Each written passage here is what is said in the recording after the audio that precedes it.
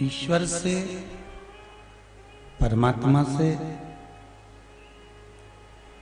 एक निवेदन तो आपको हमेशा करते रहना चाहिए, बोलते रहना चाहिए कि बाबा ये तेरी कृपा है जो मनुष्य का शरीर मिला है और मानव का शरीर प्राप्त होकर मनुष्य का शरीर मिला और मनुष्य का शरीर प्राप्त करने के बाद आपकी अविरल भक्ति प्राप्त हुई।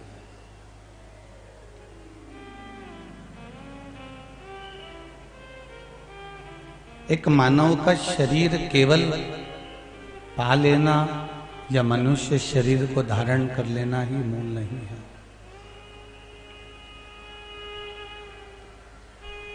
उस मानव के शरीर को पाने के बाद कहीं ना कहीं किसी ना किसी रूप में अगर भगवान की भजन हो जाए, भगवान का स्मरण हो जाए, भगवान की अविरल भक्ति धारण करने का मौका मिल जाए तो समझ लीजिए कि वो जीवन की एक सार्थकता है।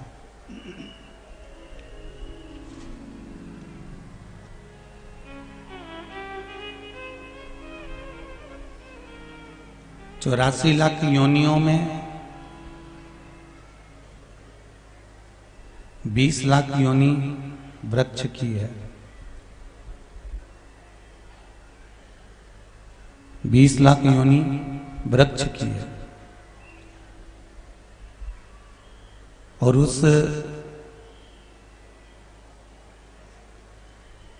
20 लाख योनि को मनुष्य देह के अंतर्गत आने के बाद जो हम गलत कर्म कर लेते हैं और उस गलत कर्म को करने के बाद में जो हमको भोगना पड़ता है, उस भोगने की 20 लाख योनियां हैं। कोई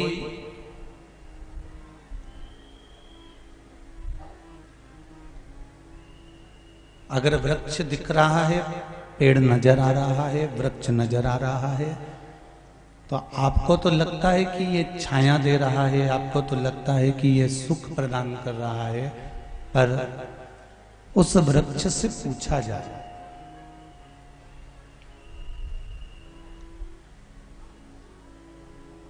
कि उसके जीवन का दुख कितना है।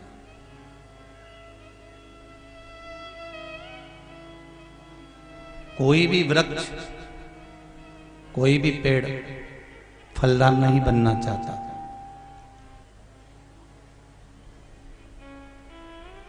पेड़, वृक्ष भगवान से कहता है कि मुझे फलदार मत बनाना। क्यों? यदि मुझे फलदार बना दिया तो लोग मुझे पत्थर मारेंगे, मेरे ऊपर चढ़ेंगे, मेरी डालियों को नोचेंगे, मेरे ऊपर लात रखेंगे और मुझे तोड़ेंगे।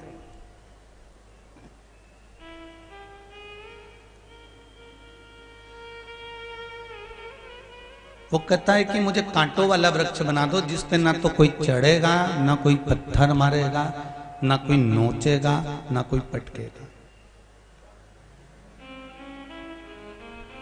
पर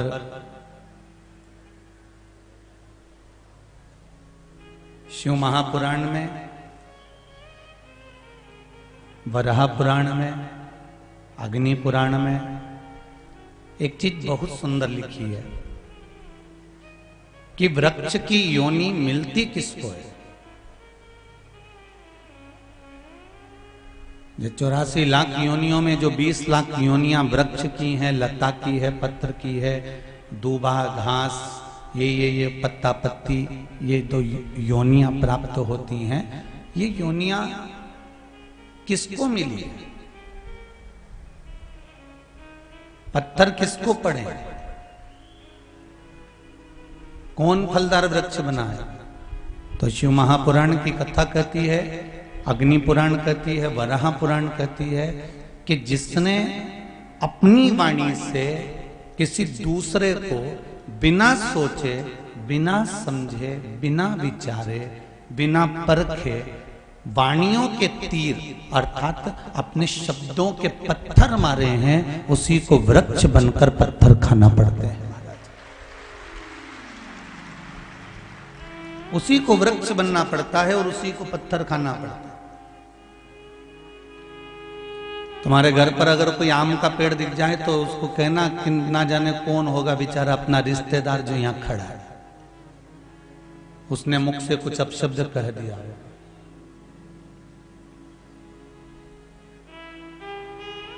कुछ मुख से ताने दे दिए होंगे, आड़ा टेढ़ा बोल लिया होगा, अपशब्द कह लिया होगा, इसलिए आज भोगना पड़ रहा है। ये शब्दों के कारण,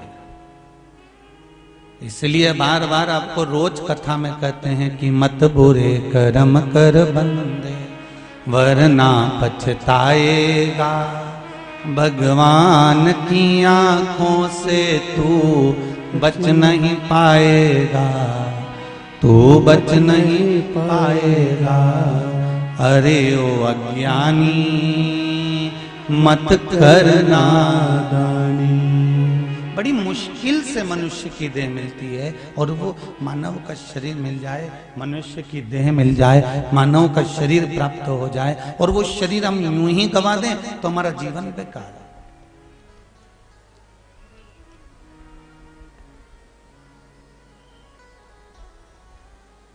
देपालपुर वालों, बड़े प्रसन्न होना चाहिए आपको कि देपालपुर की धरा को संतों का सानिध्य मिलता रहा है, संतों का सानिध्य मिलता रहा है। और देपालपुर वालों को प्रसन्न होना चाहिए कि ये 24 अवतार मंदिर आपके जीवन का उद्धार करने के लिए स्वयं नारायण आकर विराजमान है। और प्रसन्नता होना चाहिए कि सनातन धर्म में तुम पैदा हुए हो और हिंदू बनकर पैदा हुए हो, जिसमें देवता भी तरसते हैं आने के लिए। और कोई साधारण सी भूमि पर पैदा नहीं हुए, ये भारत मां की गोद में पैदा हुए हो। विदेश में अगर कोई मरता है तो उसको डेड बॉडी कहते हैं, उसको एक्सपायर कहते हैं। विदेश में कोई मरता है तो उसको कहते हैं ये एक्सपायर हो गया, ये डेड बॉडी है, ये मर चुका है। पर भारत की भूमि पर जो मरता है उसको स्वर्गवासी कहते हैं। यहां एक्सपायर नहीं होता कोई, यहां डेड बॉडी नहीं होती कोई। यहां पर कितना भी बड़ा पापी भी मर जाएगा ना, कहीं का बेवड़ा भी मर जाएगा ना, तो भी उसके नाम के आगे लिखा रहेगा स्वर्गवासी। अब बताओ इसने कौन सा अच्छा काम किया? बोलो रे देपालपुर वालों, कोई अच्छा काम करा उन्हें? दिन रात पी के पड़ा रहा, दिन रात जुआ खेलता रहा, दिन रात वेश्यावृत्ति करता रहा, दिन रात गलत काम करता रहा। उसके बाद भी पापी से पापी व्यक्ति भी अगर भारत की भूमि पर अपने प्राणों को त्यागता है तो उसके नाम के आगे लिखा होता है स्वर्गवासी। क्यों? तो ये बात एक बार जगतगुरु शंकराचार्य जी के मन में आई और जगतगुरु शंकराचार्य जी ने एकांत में बैठकर भगवान देवाधिदेव महादेव से प्रार्थना करी कि देवाधिदेव महादेव आप बताओ कि भारत की भूमि पर जो मरता है तो उसको स्वर्गवासी क्यों लिखा जाता है? बाकी के अन्य देशों में कोई मरता है तो एक्सपायर लिखा जाता है, वो मर गया, एक्सपायर हो गया, डेड बॉडी हो गई। पर यहां जो मरा तो उसको स्वर्गवासी क्यों लिखा जाता है? तो स्वयं शिव जगतगुरु शंकराचार्य जी से आकर कहते हैं कि ये पावन धरा भारत की भूमि कोई साधारण भूमि नहीं है, ये जगत में संस्कार सभ्यता की जननी है, जहां देवता भी आने को तरसते हैं। उस भूमि पर अगर कोई प्राणों को भी त्यागता है तो वो स्वर्गवासी हो जाता है। मेरा विदेश में रहने वाले जितने भी सनातनी हैं, जो आज के समय में सोचते हैं कि हम भारत छोड़कर विदेश में जाकर कमाएंगे, डॉक्टर बन जाएंगे, इंजीनियर बन जाएंगे, वहां पर जाकर कमाएंगे, नौकरी करेंगे, खूब पैसा कमाएंगे, खूब दौलत कमाएंगे, खूब धन कमाएंगे, खूब संपदा कमाएंगे, खूब हमारा पैसा हम इकट्ठा करेंगे। उनसे निवेदन है तुम पूरी जिंदगी जाकर भले विदेश में कमाना, पर आखिरी में इस भारत की भूमि पर आकर प्राण त्यागने के लिए आना कि मुझे स्वर्गवासी दिखाना कि चंदन है इस देश की माटी, तपोभूमि हर ग्राम है, हर बाला देवी की प्रतिमा, बच्चा बच्चा राम है। जिसके सैनिक समर भूमि पर गाया करते गीता है, उसी माटी के हल्के नीचे खेली करती सीता है। ये कोई भूमि साधारण नहीं है।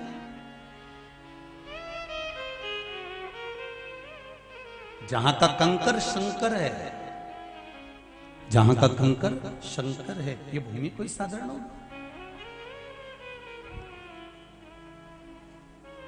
आप तो पवित्र भूमि पर जन्म लिए। महाराज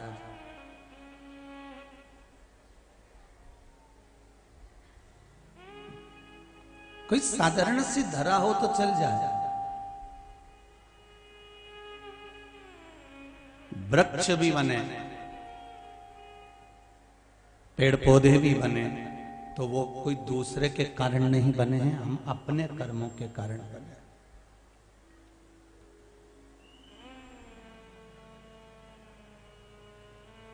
कहीं हमने किसी को आड़ा टेढ़ा बोल दिया होगा, किसी को अपशब्द कह दिया होगा, तो भगवान ने कहा इसको फल वाला वृक्ष बना दो।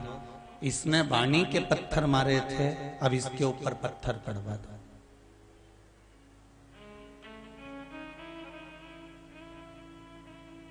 पर वृक्ष हमको एक सीख प्रदान करते हैं।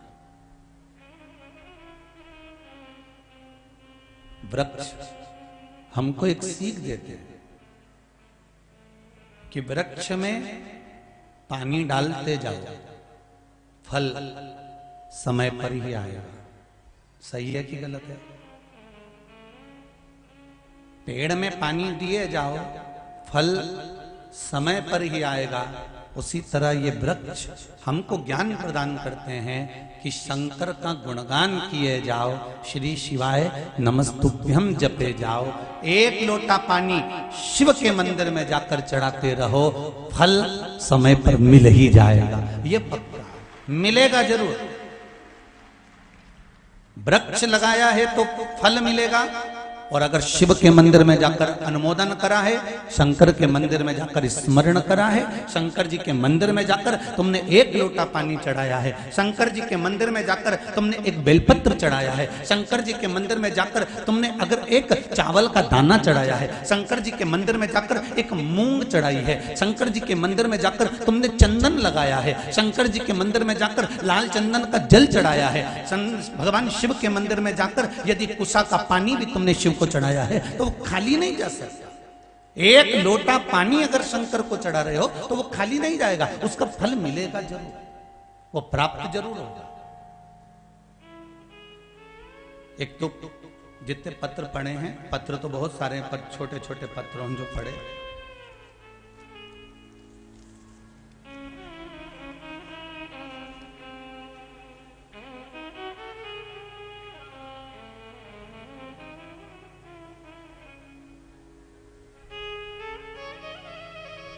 कीर्ति सोनी, घाटा बिल्लोद, जिला धार। कहीं बैठी हो तो हाथ उठाइएगा। कीर्ति सोनी, घाटा बिल्लोद, जिला धार। आप ही हैं बेटा? दोनों हाथ उठा दीजिए, हर हर महादेव कह दो एक बार। बोलो हर हर महादेव। कीर्ति दीदी, आपने पत्र लिखा है, गुरुजी मैं कंपनी के क्वार्टर में रहती थी, मेरे पिताजी थे, वहां शिवजी का मंदिर था, रोज जल चढ़ाया करती थी, पर जल चढ़ाने का क्या लाभ होता है ये जान नहीं पाती थी। जब से शिव महापुराण की कथा श्रवण करने में लगी हूं, तब से बाबा को जल चढ़ाने जाती हूं तो निवेदन कर कर आती हूं कि मेरे बेटे का जॉब लग जाए, सर्विस लग जाए। आप मानेंगे नहीं, पशुपति नाथ का व्रत किया और मेरा दूसरा सोमवार, ये पत्र आस्था चैनल वाले भी दिखा रहे हैं, पशुपति नाथ का व्रत किया और दूसरा सोमवार था और मेरे बेटे की जॉब लग गई। मैं बाबा को धन्यवाद देने के लिए आई। बेटो बहन बधाई हो आपको बहुत बहुत। बाबा देवदी देव महादेव की कृपा बनी रहे। विराजी बैठे। हर हर। शिव भक्ति किसको कहते हैं? अरे तेरा ही दिया मैंने, खाया पिया है, तेरा शुक्रिया है, तेरा शुक्रिया है। मुझे भोले बाबा ने बहुत दे दिया है, तेरा शुक्रिया है, तेरा शुक्रिया है। अब शिव से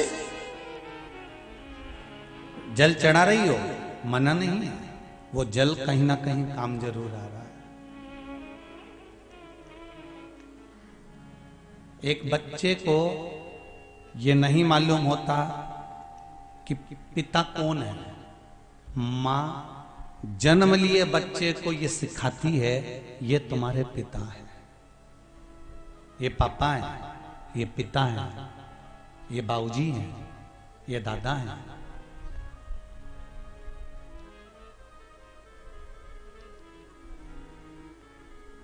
जन्म लिए बच्चे को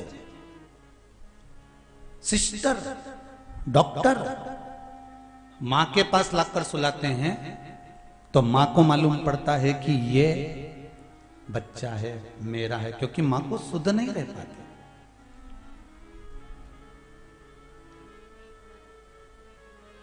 जन्म लिए बच्चे को मां बताती है कि ये तुम्हारे पिता हैं,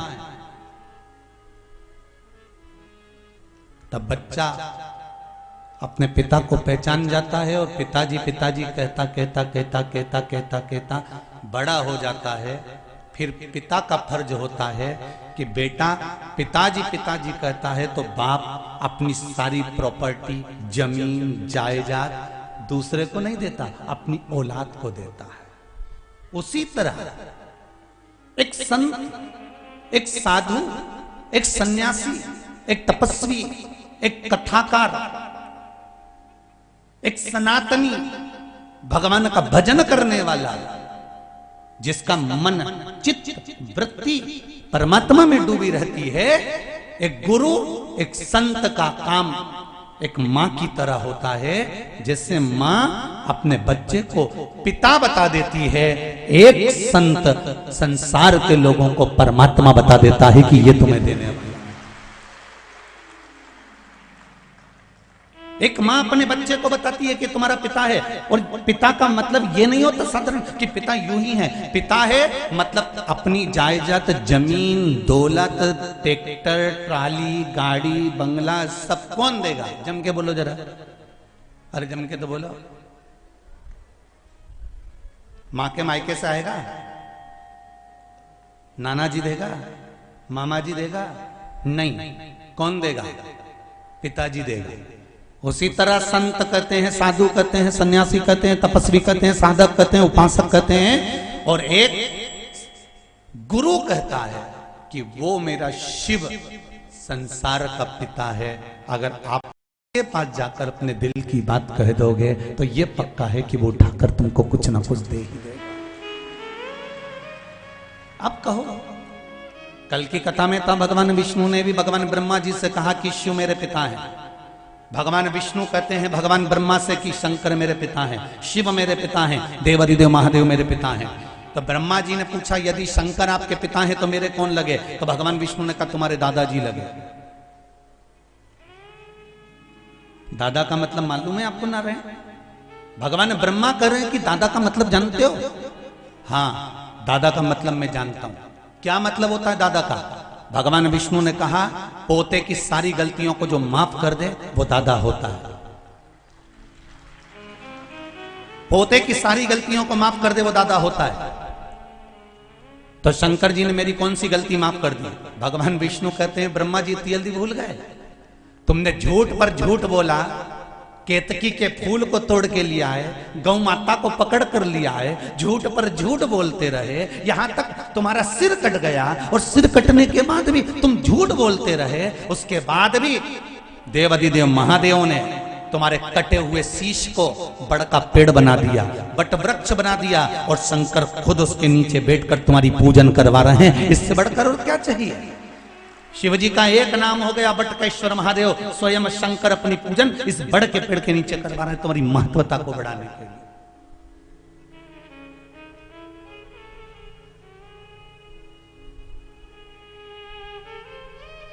और आपको भी कह दूं, जितने लोग इस 24 अवतार मंदिर के पावन प्रांगण में कथा श्रवण कर रहे हैं,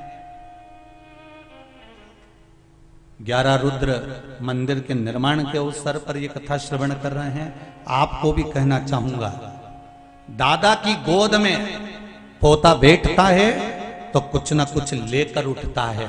आप भी शिव महापुराण में बैठे हो तो बाबा कुछ ना कुछ देकर ही विदा करेगा। ये कोई साधारण नहीं है शिव महापुराण की कथा, बस उसको हमको पहचानना।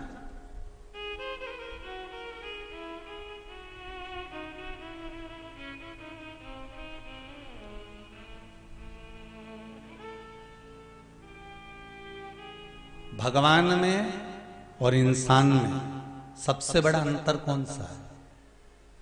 बोलो तोरी देपालपुर वाली। भगवान में और इंसान में सबसे बड़ा अंतर कौन सा है? बोलो जरा अच्छे से बोलो, जरा पल्लू वल्लू लेके फिर बोलो, नहीं एक आध दो पटली और लगा लो तुम तो जोरदार, फिर बोलो। पर बोलो कि भगवान में और मनुष्य में, इंसान में सबसे बड़ा अंतर कौन सा है? तो शिव महापुराण की कथा कहती है सबसे बड़ा अंतर है भगवान का शरीर पत्थर का होता है और इंसान का दिल पत्थर का होता है। बस यही अंतर।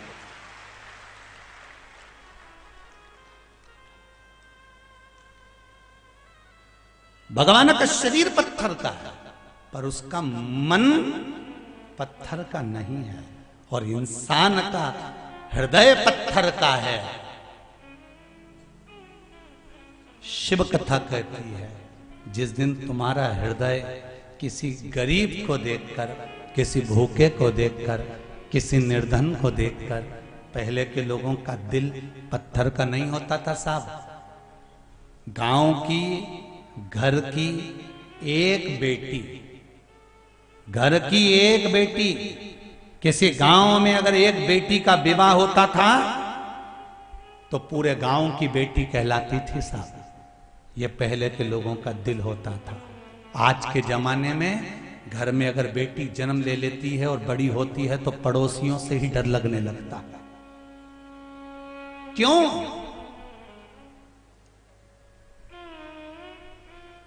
कितना अंतर।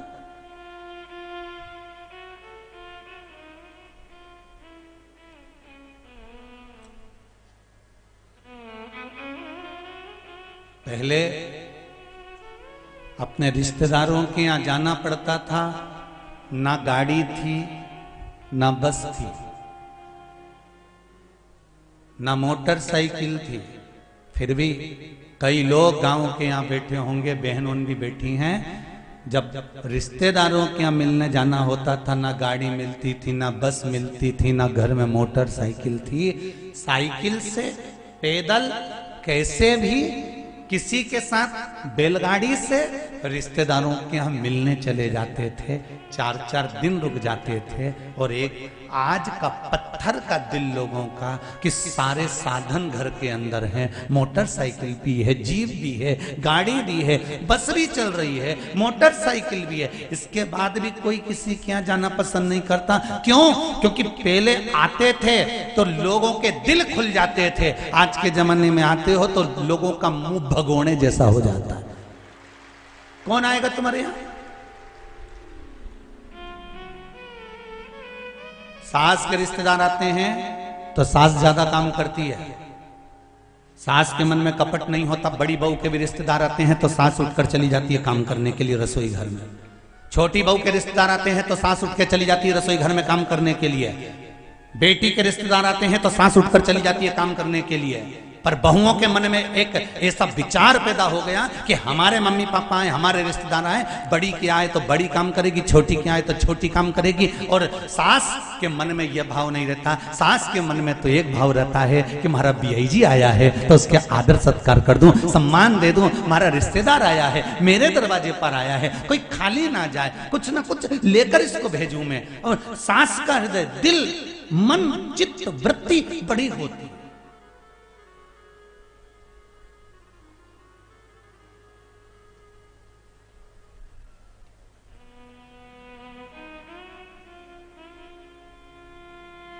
कितना अंतर आ गया।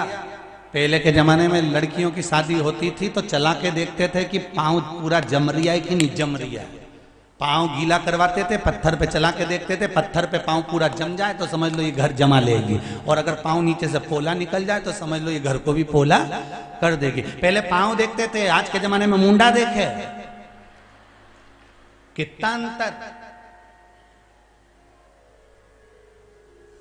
और पहले का समय अच्छा था, पांव देखकर लोग धोखा नहीं खाते थे। आज के जमाने में मुंडा देख के धोखा खा जाए। दिखने की तो अच्छी दिखे, पर क्या मालूम था केकई के रिश्तेदार थे, ये किसको मालूम था।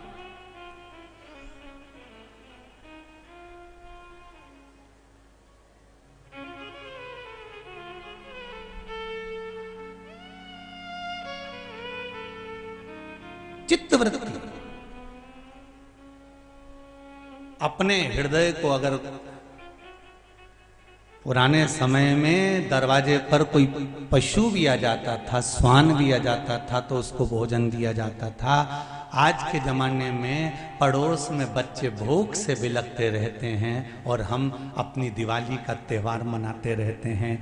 करवा चौथ, तिल्ली का लड्डू, मकर संक्रांति, ये सब मनाकर खूब लड्डू खाते रहते हैं। मेरा निवेदन है, तुम कहीं दान देने जाओ मत जाओ, तुम कहीं कुछ देने जाओ मत जाओ, पर एक निवेदन जरूर है कि सबसे पहले अपने मोहल्ले में, अपनी कॉलोनी में, अपने आसपास में किसी भूखे को देख लेना। कोई भूखा तो नहीं है, किसी को कपड़े की जरूरत तो नहीं है, किसी को विद्या की जरूरत तो नहीं है, पहले उसके लिए कर्म करने का प्रयास करिएगा। कोई भूखा ना सो।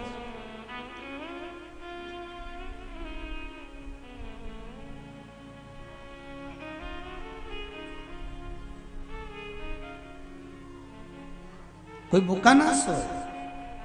आप प्रयास करिए जीवन में कि कुछ अच्छा करते हुए चलना है हमको। जोड़ जोड़ के तो यहीं छोड़ के तो दुनिया चली जाती है, पर अच्छा कई लोग कहते हैं हम अच्छा करते हैं इसके बाद भी हमारा बुराई क्यों होता है, तो होने दो ना।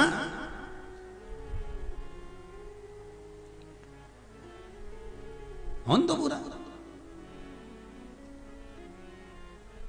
गाड़ियों के पीछे लिखा रहता है बुरी नजर वाले, जम के तो बोलो तेरा मुंह काला। लिखना चाहिए बुरी नजर वाले तेरे कारण ही मेरे घर में उजाला, क्योंकि तू नजर लगाता रहेगा तो मेरी माँ मेरे ऊपर नजर बनाकर रखेगी और नजर उतारती रहेगी तो मेरे घर में तो उजाला ही है। माता और पिता की दृष्टि जब बच्चों पर पड़ती है ना तो जीवन स्वयं संवर जाता है। स्वयं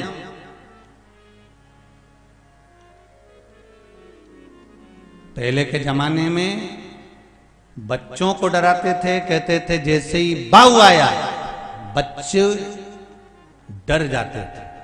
आज के जमाने में घर के बुजुर्गों को डराना हो तो कह दो बाऊ आई, तुरंत डर जाए। अभी तो गई थी, कहां से आ गए। इतना भय लोगों में आजकल हो गया है कि बेटे की शादी करूं, अच्छी आएगी कि नहीं आएगी, बुरी आएगी कि कैसी आएगी। मेरा निवेदन है फिर हमारे वो सनातनी धर्म में पुराने समय में लेकर आ जाओ, फिर पुराने समय में लेकर आ जाओ। और मेरा निवेदन है बच्चों को पढ़ाओ, बेटों को पढ़ाओ, बेटियों को पढ़ाओ, खूब पढ़ाओ, इनको डॉक्टर भी बनाओ, इंजीनियर भी बनाओ। बेटियों को भी डॉक्टर बनाओ और बेटों को भी डॉक्टर बनाओ, बेटियों को भी इंजीनियर बनाओ और बेटों को भी इंजीनियर बनाओ, बेटों को भी सीए बनाओ और बेटियों को भी सीए बनाओ, बेटों को भी आप मिनिस्टर, कलेक्टर, एसपी, डीएसपी सब बनाओ, तो बेटियों को भी आप सब कुछ बनाओ। पर ये सब कुछ बनाने से पहले शिव पुराण कहती है कि बेटे और बेटियों को संस्कारित जरूर बनाना, नहीं तो वो डॉक्टर कलेक्टर किसी काम का नहीं। वो किस काम का?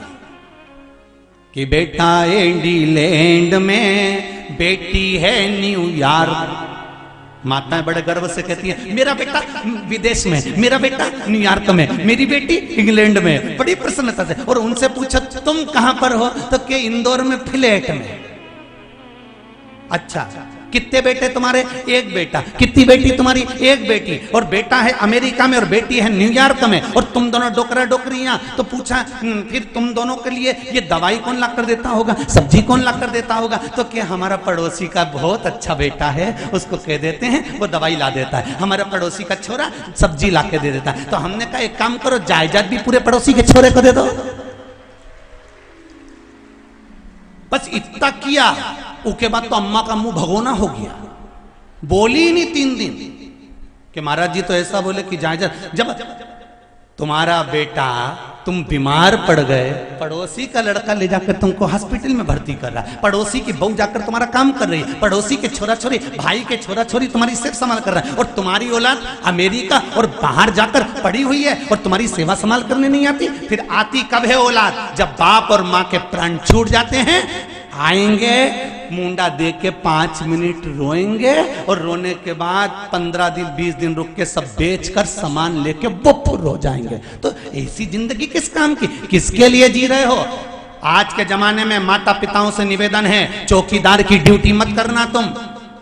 तुमने कमाया है, तुम्हारे लिए कमाया है, तुम 1 रुपया भी किसी को दान नहीं कर सकते, मत करो। तुम कहीं खर्च नहीं कर सकते, मत करो। पर निवेदन है मेरे बुजुर्ग माता पिताओं से कि अपने ऊपर तो खर्च करो, कम से कम अच्छे से प्रेम से खाओ पियो, मौज करो। काय को जिंदगी रो रो के निकालो, जरा सा दुख आ जाए मरी, फिर रोने बैठ जा, फिर दुखाया फिर रोने बैठ जा, फिर दुखाया फिर रोने बैठ जा। काय के लिए रो? परमात्मा ने जन्म दिया है हमको, बड़ा खुश कर कर भेजा था और प्रसन्न चित्त में भेजा था, और उसने कहकर भेजा था मृत्यु लोक में भेज रहा हूं, स्वर्ग जैसी जगह में भेज रहा हूं, भारत की भूमि पर भेज रहा हूं। और ये साधारण सी धरा पर नहीं भेज रहा, इस भूमि पर रहकर तू राम नाम जपना, कृष्ण नाम जपना और मेरी शरणागति ले लेना। ये शिव कहते हैं। क्यों भक्त?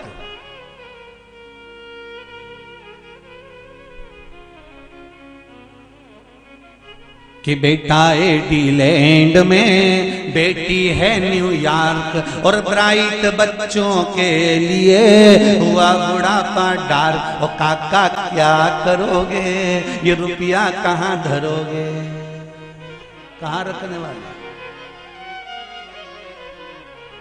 किस जगह?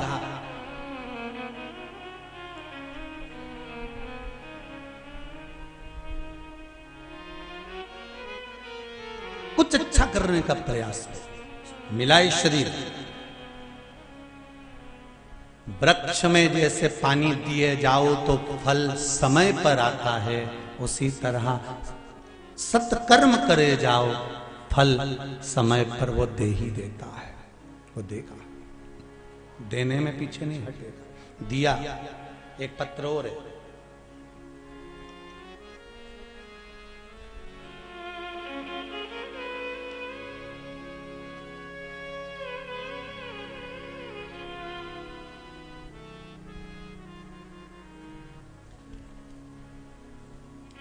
मंजू राठौर,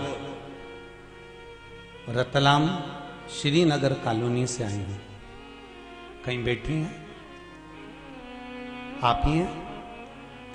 एक बार दोनों हाथ उठा दीजिए। हर हर महादेव। आपने लिखा है मंजू दीदी, गुरुदेव 11 सितंबर 2021 को मेरे बेटे का एक्सीडेंट हो गया था। आप पत्र में लिख रही हो बहन, हमको पता चलते ही कि एक्सीडेंट हो गया है और हालत ज़्यादा ही खराब है। आपने पत्र में लिखा है इसकी उम्मीदें सब छूट चुकी थी। तब आंखों में मेरे आंसू आ रहे थे, रो रहे थे। डॉक्टर ने कह दिया था ये उठ नहीं पाएगा, एक्सीडेंट बड़ा भारी है, शरीर सांस नहीं दे पाएगा। पर किसी ने कहा कि श्री शिवाय नमस्तुभ्यम का जाप करना चालू करो और पशुपति व्रत का एक संकल्प ले लो। हमने उसी दिन पशुपति व्रत का संकल्प लिया और श्री शिवाय नमस्तुभ्यम मंत्र का जाप करना प्रारंभ करा। गुरुदेव, जिन डॉक्टरों ने कहा था कि 6 महीने तक ये पलंग से नहीं उठ सकता, वो 2.5 महीने में उठकर शंकर जी के मंदिर में जाकर जल चढ़ाने लगा। ये पत्र है। बैठो बहन, श्री शिवाय नमस्तुभ्यम विराजिए। शिव कृपा किसको कहते हैं? आप विश्वास तो रखो। जो जल आपने चढ़ाया, देवराज नाम के ब्राह्मण, चोरी करने वाला ब्राह्मण, छल करने वाला वो ब्राह्मण, जो देवराज जिसका नाम है, शिव महापुराण कहती है, उसने चोरी करी, चोरी का धन लेकर आया, शिव मंदिर में चले गया। शिव मंदिर में जाने के बाद बेलपत्री के वृक्ष के नीचे प्राणों को त्यागता है। और जब भगवान शंकर के गण उसको उठाने के लिए लेकर जाते हैं, उठाकर, तो वो भगवान शिव के गणों से पूछता है कि मैंने ना तो भगवान का नाम लिया, ना मैंने जल चढ़ाया, ना मैंने भजन किया, ना मैंने पूजन किया, ना मैंने स्मरण किया, ना मैंने किसी को दान दिया, ना मैंने कोई गुणगान किया, इसके बाद भी मुझे कैलाश धाम क्यों मिला? तब भगवान शंकर के गण कहते हैं, देवराज तूने एक काम करा, शंकर जी के मंदिर में चोरी का सामान लेकर गया और 2 क्षण की कथा सुनी। और दूसरा तेरा सबसे अच्छा काम हुआ कि तेरी माता ने शंकर जी के मंदिर में लोटा भर भर कर पानी चढ़ाया, उसका पुण्य तुझे खाते में आया। जो लोटा भर के जो तेरी माता ने जल चढ़ाया था, तेरी माता ने 1 लोटा पानी जो शिव जी के मंदिर में चढ़ाया था, उसका फल तेरे खाते में आया है और तू कैलाश धाम जा रहा है। 20 वर्ष तक माता पिता बेटे को राम बनाने की चेष्टा करते हैं और 20 दिन की कुसंगति बेटे को रावण बना देती है। संगत का इतना प्रभाव पड़ जाता है।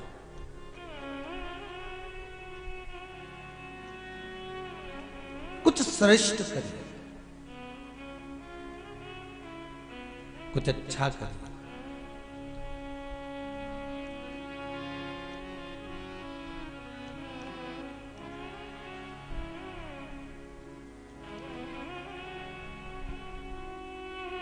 और महाराज, जब ये चित्त वृत्ति शिव को दे दी जाए, फिर हमें नहीं सोचना कि हमारा क्या होगा। भगवान शंकर का एक नाम है कृष्ण दर्शन। क्या नाम है शिव जी का? कृष्ण दर्शन।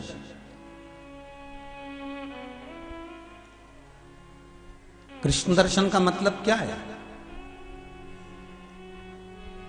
क्या भगवान कृष्ण और शंकर का कहीं संबंध हुआ है इसलिए कृष्ण दर्शन नाम पड़ा होगा?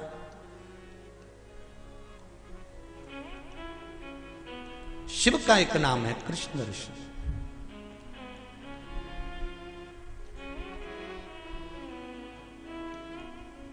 मनु के पुत्र नाभाग,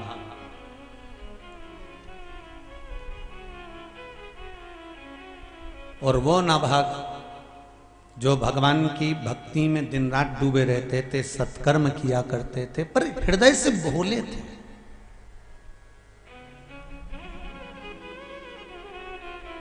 भगवान को छल प्रिय नहीं है, भगवान को कपट प्रिय नहीं है, भगवान को बेईमानी प्रिय नहीं है। भगवान को अगर प्रिय है तो निर्मल मन सो मोहि पावा, मोहि छल छिद्र कपट ना। शिव को प्रिय है आपका भोलापन। और कभी कभी भोलेपन में भी बहुत कुछ हो जाता है। जैसे एक पिताजी शांत हो गए, और पिताजी शांत हुए और पिताजी शांत हुए तो माँ ने कहा, बेटा देखो घर में तुम 2 बेटे हो, एक बड़ा एक छोटा। पिताजी शांत हो गए हैं, उनकी अस्थियां रखी हुई हैं। पिताजी का मन था कि मेरी अस्थियों को गंगा जी में ठंडा कर देना, तो मां बोली बड़े बेटे से, बेटा एक काम कर, तू चले जा और ये अस्थियां ठंडी करिया, क्योंकि घर का तू बड़ा, तू घर का बड़ा बेटा है, तू अस्थियां ले जा ठंडा कर दे। बड़े बेटे ने कहा ठीक है मम्मी, ठीक है मां। और बड़ा बेटा जैसे ही अपने कमरे में गया और पत्नी ने इतने में, अब वो तो जगदम्बा होगी कहीं की, जो उसने आंख दिखाई, तुम ही हो फिरी, चले जाओ, खो अपनी अम्मा का कहना मानो, तुम तो जाओ। और अम्मा बोल रही है गाड़ी लेकर नहीं जाना, पैदल जाना, क्योंकि पिताजी की अस्थियां, पिताजी का मन था कि मेरी अस्थियां पैदल लेके जाना, जाओ जाओ जाओ चले जाओ। अभी इतने में तो जैसे ही जगदम्बा गरजी, ऐसी गरजी, तो भाई ने अपना विचार चेंज कर दिया, छोटे वाले को बुलाया, सुन मुझे कल थोड़ा सा काम रहेगा, तू एक काम कर, तू चले जा, पिताजी की अस्थियों को ठंडा करिया, यही पास में ही तो है।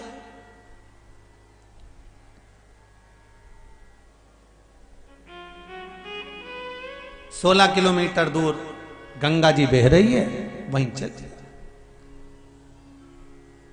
छोटे ने कहा ठीक है भैया मैं चले जाता हूं। अब जैसे ही छोटे ने हाँ भरी, एक ही जगदम्बा को मालूम पड़ गया ये जगदम्बा थी तो ये चंद्र घंटा था। ये जैसे ही गया अपने घर में कमरे में और इसने कहा सुनो मैं कल पिताजी की अस्थियों को विसर्जन करने जा रहा हूं पैदल। इतने में हाँ हाँ जाओ, तुम्हारी जिंदगी में तो केवल गुलामी ही लिखी है, तुम तो केवल नौकर ही बनना, सेठ की जिंदगी तो तुम्हारे भैया जी रहे हैं। अच्छा ये माताएं जब शब्द कहती है ना तो ऐसी लपेट लपेट के कहती है जैसे केकई ने दशरथ से किए थे।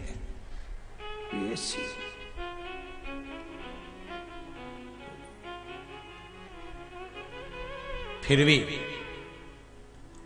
उसने कहा फालतू की बात मत कर, पिताजी की अस्थियां हैं मुझे जाना पड़ेगा। माँ ने सुबह अस्थियां दे दी, छोटा बेटा जाने लगा। माँ मैं जा रहा हूं, हाँ बेटा अच्छे से विसर्जन करके आना पिताजी की अस्थियों को। ले गया, 12 किलोमीटर दूर तक पैदल गया। वहीं से एक नल्ला निकल के जा रहा था, नाला। किसी गांव वाले से पूछ लिया ये नाला कहाँ जा रहा है, तो किसी ने बताया ये आगे जाके 4 किलोमीटर दूर पे मां गंगा जी में मिल जाता है। इसने सोचा काय को इतनी आगे जाऊं, उन्हें नल्ला में विसर्जन कर, उन्हें पिताजी की अस्थियों को नाले में डाल दिया। नाले में डाल के आ गया। माँ ने पूछा बेटा विसर्जन करी आया? हाँ माँ विसर्जन करी आया, पिताजी के गंगा जी छोड़िया। अब माँ रात को सोई, सपने में कहीं के पिताजी आ गए और पिताजी आके तुरंत माँ से कुछ बोले होंगे। दूसरे दिन माँ पलंग पे बैठी, दोनों छोरा उनके बुलाया, क्यों रे बेटा सही बता तू विसर्जन करके आया पिताजी की अस्थियों को गंगा जी? बिल्कुल गंगा जी में ही छोड़ के आया। क्यों क्या हुआ? रात को तेरे पिताजी सपने में आए थे और आके कह रहे थे छोरा ने मुझे नल्ला में डाल दिया, 4 किलोमीटर और आगे नहीं आया। इतने में तो छोरा चिल्ला के बोला ये बाप की पुरानी आदत नहीं जाएगी, 12 किलोमीटर इधर आके सपना दे सकते, 4 किलोमीटर आगे नहीं जा सकते।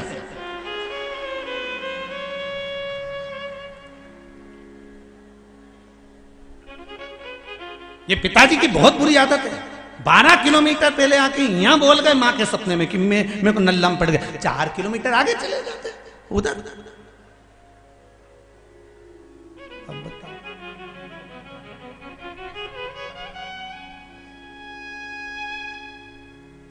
मां आंखों से जल बहाती रह गई। क्या बोले, क्या बोले? शिव को छल प्रिय नहीं है, शिव को दिखावा प्रिय नहीं है। मेरा शंकर बड़ा अड़भंगी है, बड़ा अड़भंगी, उसको ये सब चीज नहीं भाती।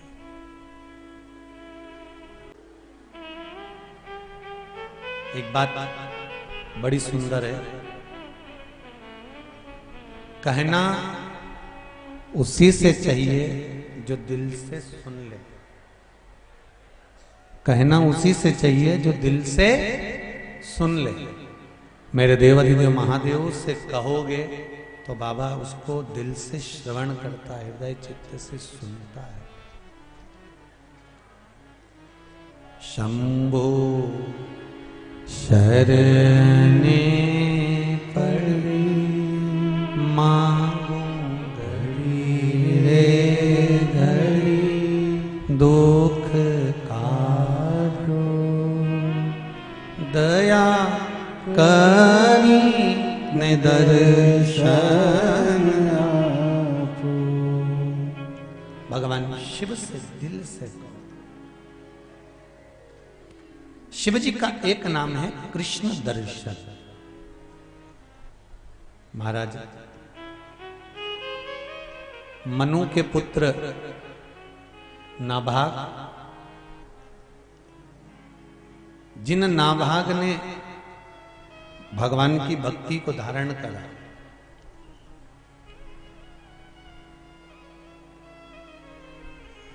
और बड़ी अविरल भक्ति को धारण करा।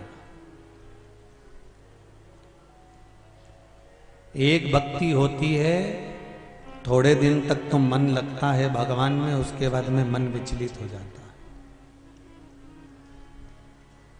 एक भक्ति लोगों की ऐसी होती है जिसमें मन तो लगता है पर वो मन बाद में विचलित हो जाता है।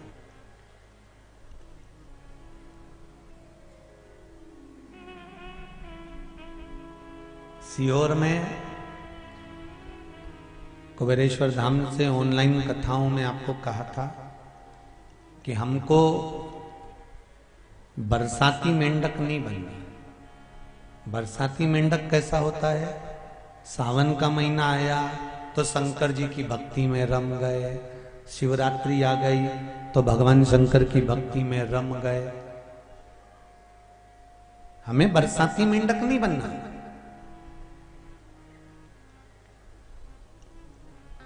जैसे ही सावन गया इनने तिलक लगाना छोड़ दिया, रुद्राक्ष पहनना छोड़ दिया। शिवरात्रि गई वैसे इनने सब छोड़ा दिया। नहीं, इसको बरसाती मेंढक कहते हैं, जो बरसात में उत्पन्न होते हैं और बरसात में फिर समाप्त हो जाते हैं। भगवान की भक्ति के लिए बरसाती मेंढक बनने की जरूरत नहीं होती। भगवान की भक्ति के लिए तो आप जैसे हो वैसे ही रहो। उसमें भगवान को दिखावा चाहिए ही नहीं।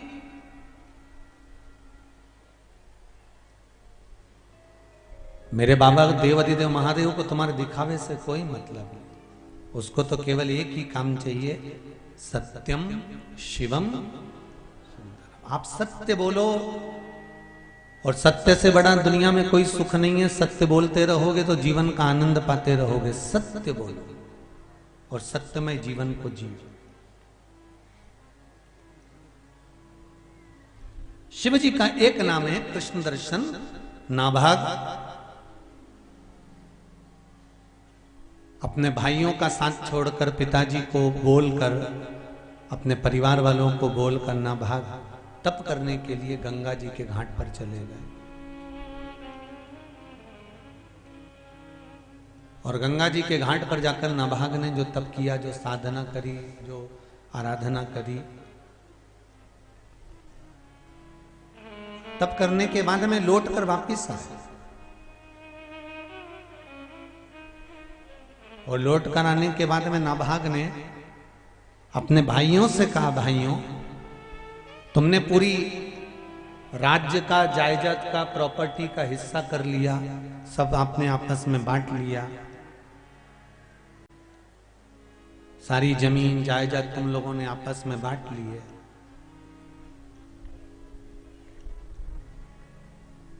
इस जमीन के हिस्से में, इस प्रॉपर्टी के हिस्से में मेरा हिस्सा कौन सा है? इसमें मेरा हिस्सा कौन सा है?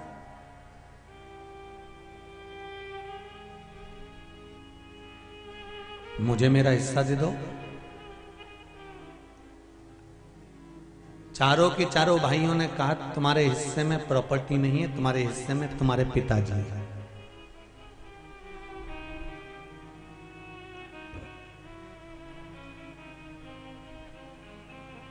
हिस्से में जमीन और जायदाद नहीं मिली है, नाबाग को हिस्से में केवल पिताजी मिले। और पिताजी भी ऐसे जिनका शरीर शिथिल हो चुका था, शरीर में कुछ बल बचा नहीं था, शरीर पूरा बेकार हो चला था। और नाभाग पिताजी के पास गए, पिताजी मैं तप करने गया था, भजन करने गया था, साधना करने के लिए गया था, स्मरण करने के लिए गया था। वहां से जब लौट कर आया और आने के बाद में मैंने अपने भाइयों से जमीन का हिस्सा मांगा, प्रॉपर्टी का हिस्सा मांगा, तो उन्होंने कह दिया हिस्से में केवल तुम्हारे पिताजी हैं।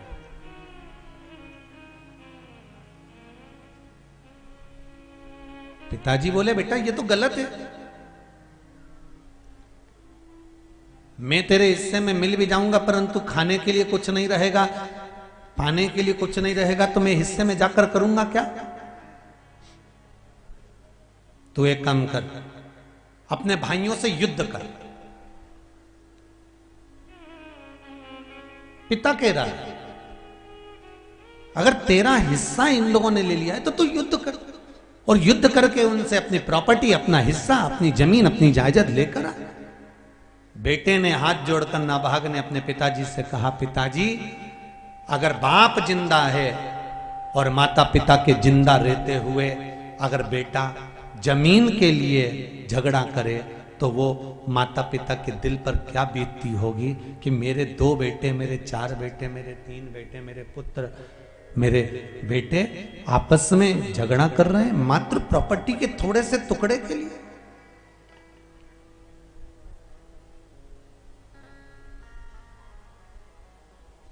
एक जमीन के टुकड़े के लिए झगड़ा।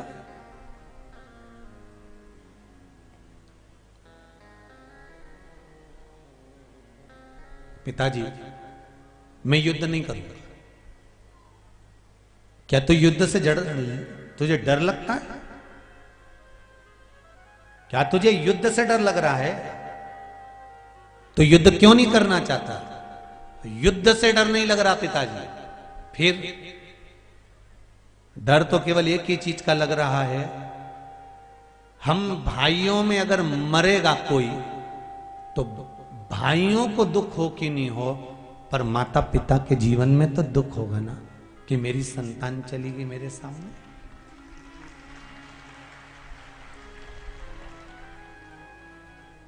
एक बात अपने जीवन में बहुत सुंदर उतार के रखो, धन, दौलत, संपदा, सत्ता, वैभव, ये सब यहीं पर रखा रह जाना है।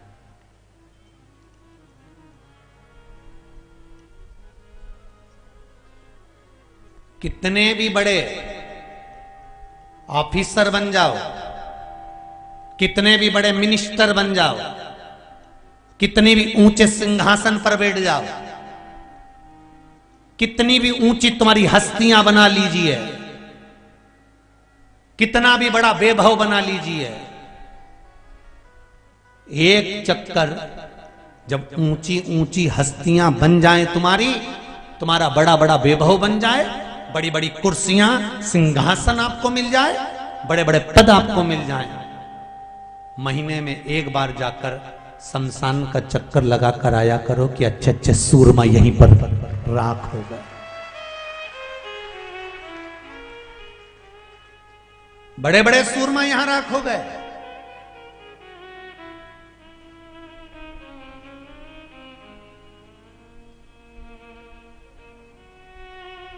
माइकल जैक्सन को 18 डॉक्टर की टीम चेक करती थी, 2500 बार तो उसने प्लास्टिक सर्जरी करवा ली थी।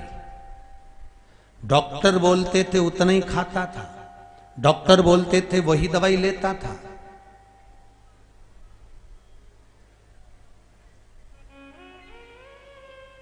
अब सोचो, इतनी दवाई लेना, इतना डॉक्टर को दिखाते रहना, उसके बाद भी दुनिया के लोग तो 90, 85, 80 में जाते हैं, 70 में जाते हैं, तो भी उसको जवान की जवान उम्र में जाना पड़ गया। कितने डॉक्टर लगा कर रखे थे, कितने डॉक्टर, अच्छे से अच्छे सूरमा को भी एक दिन शमशान में राख होना पड़ता।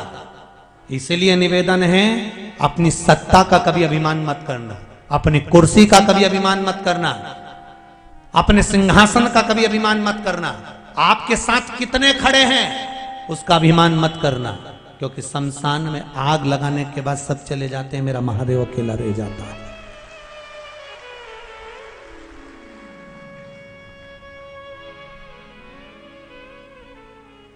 तुम्हारे साथ में कितने, अरे कौरवों के साथ में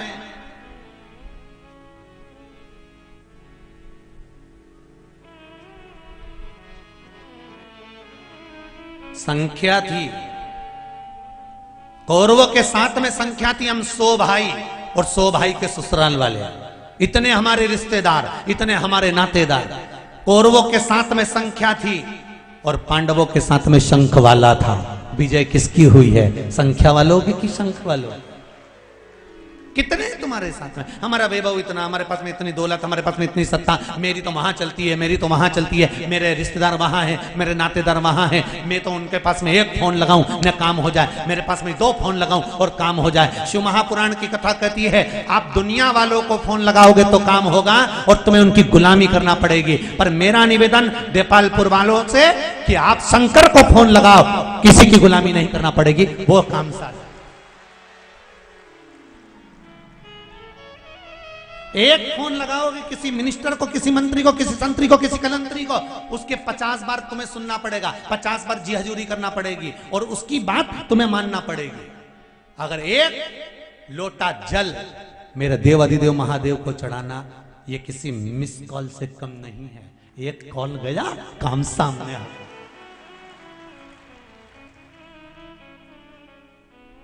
करो तो तुम, पर आप शिव के पास कब जाते हो, आप मेरे शंकर के पास कब आते हो, आप मंदिर कब जाते हो? जब सारी दुनिया से तुम हाथ पैर जोड़ के थक जाते हो, कोई काम नहीं करता, तब भगवान अब तू ही बच्चा है, भगवान की ओर धक्का खाया, जा कमला और जा, जा, जा। भगवान कहता है, क्यों दूसरे के हाथ पैर जोड़ता फिरे रे ओ भेरू, क्यों हाथ पैर जोड़े? एक बार मेरे पास दिल से आकर तो कहता, एक बार दिल से तो कहता कि दिल मेरा रखना तेरे,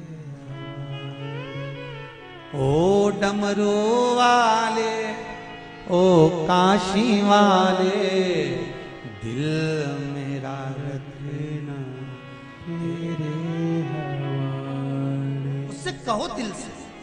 देखो एक पत्र अभी अल पढ़ा, उसमें बड़े सुंदर बात।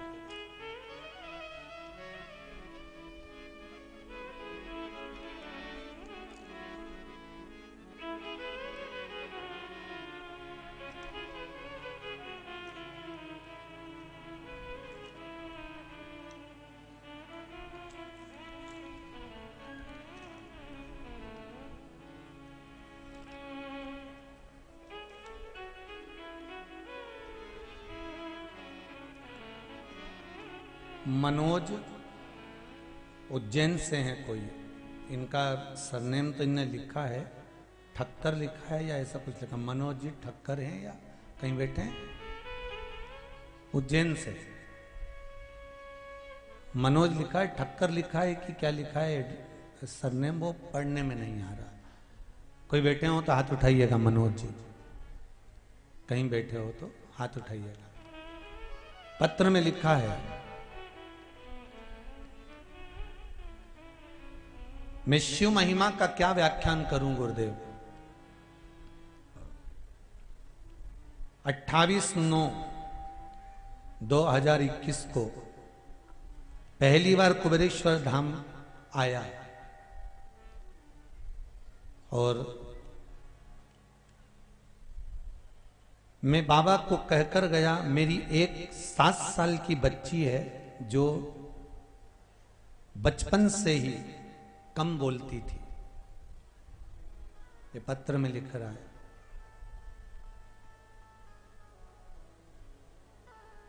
कम बोलती थी। अब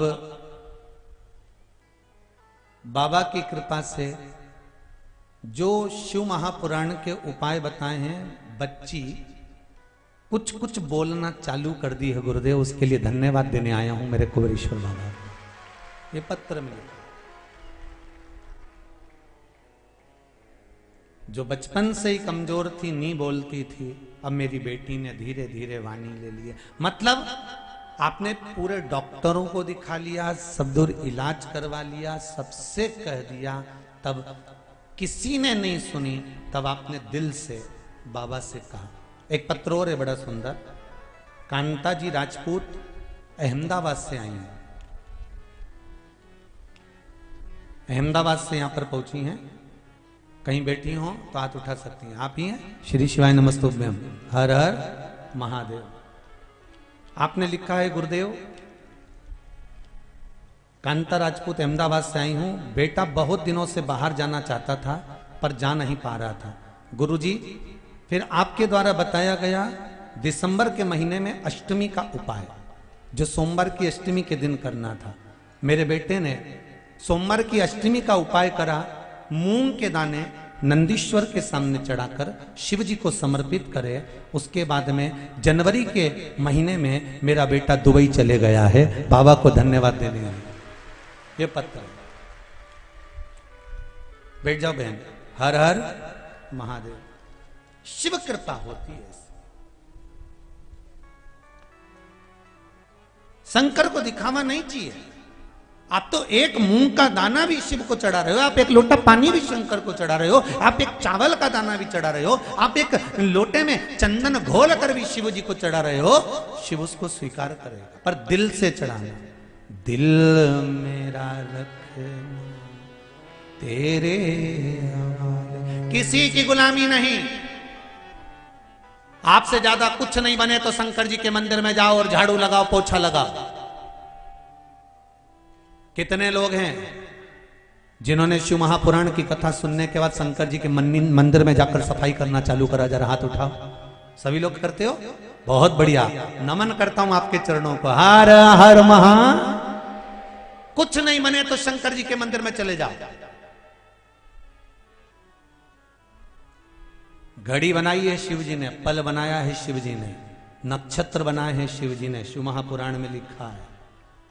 विश्वास नहीं हो तो गीता प्रेस गोरखपुर की शिव पुराण लाओ, उसको अच्छे से पढ़ो। उसमें लिखा है घड़ी, पल, नक्षत्र, समय, वार, तिथि, महीना सब शिव जी ने बनाया। जब घड़ी उसने बनाई है तो इसको सही करना है तो कपड़े की दुकान पे मत ले जाओ, इसको सही करना है तो किराने की दुकान पे मत ले जाओ, घड़ी की दुकान पर लेकर जाओ तो घड़ी ठीक हो जाएगी। उसी तरह घड़ी वाला भी कहता है कि 7 दिन पटकना पड़ेगा, मेरे पास में रखी रहने दो 7 दिन तक। 7 दिन तक ये घड़ी मेरे पास में रहेगी, मैं चेक करूंगा, अच्छा करूंगा, उसको सही करके दे दूंगा। तो भगवान शंकर की कथा भी कह रही है, जिसकी घड़ी सही नहीं हो पाए, जिसका समय सही नहीं चल रहा हो, तो 7 दिन शंकर की सेवा में लग जाओ, घड़ी सुधर जाएगी। आपकी घड़ी सुधर गई। काल और महाकाल दोनों साथ चलते हैं। शंकर जी काय पे बैठते हैं? बोलो जम के बोलो जरा। नंदी पे। नंदी कौन है? वृषभ। नंदी, वृषभ, बेल। बेल को क्या कहते हैं? धर्म। धर्म का ही एक स्वरूप है यम। शंकर भगवान को बेल किसने दिया था? स्वयं यमराज। यमराज कहते हैं कि मुझे आपके साथ रहना है, मुझे आप रखो।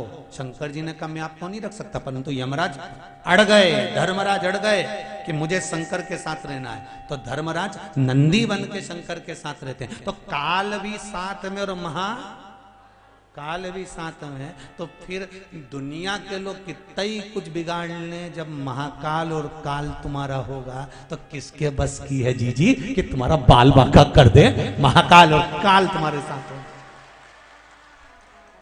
और डरना मानना नहीं है। वो मालवा के संत श्री नागर जी महाराज कहते हैं ना, मेरो क्या तो करे गो। जरा गाओ ना, थोड़ा सा लाइन गाओ जरा।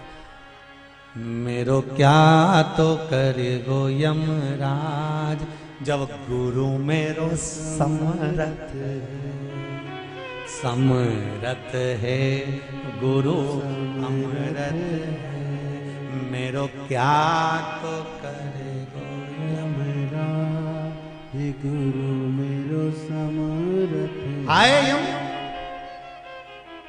जब दुख की घड़ी आए, डरना नहीं है, उस दुख से निपटना है।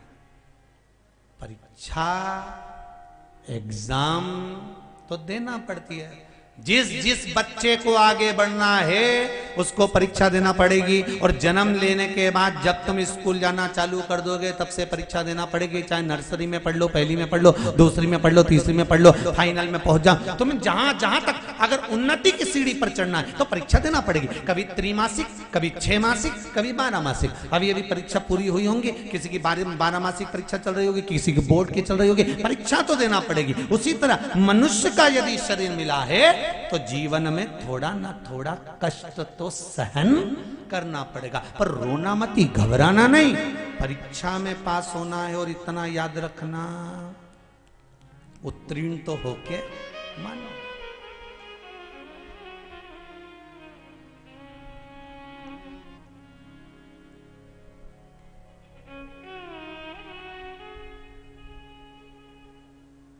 अरे आज सवेरे बेटमा में हम लोग ठहरे हुए हैं, तो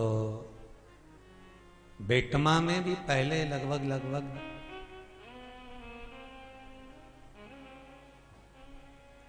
2004 में या 2003 में 2005 में बेटमा में एक बार कथा करी है माहेश्वरी महिला मंडल द्वारा। तो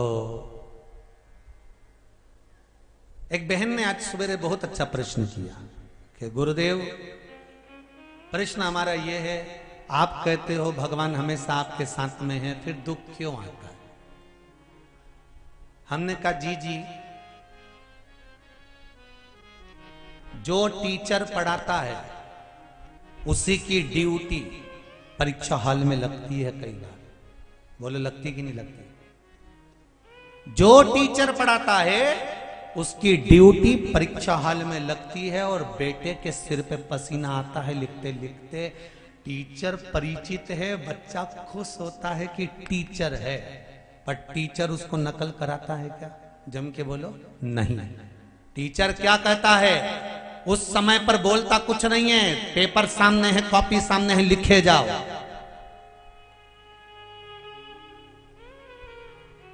परीक्षा तो देना पड़ेगा, परीक्षा देना तुम्हारा काम है। टीचर भी है। जैसे वो बहन ने प्रश्न किया कि तुम कहते हो शिव साथ में, तो टीचर है साथ में, परीक्षा हाल में टीचर भी है।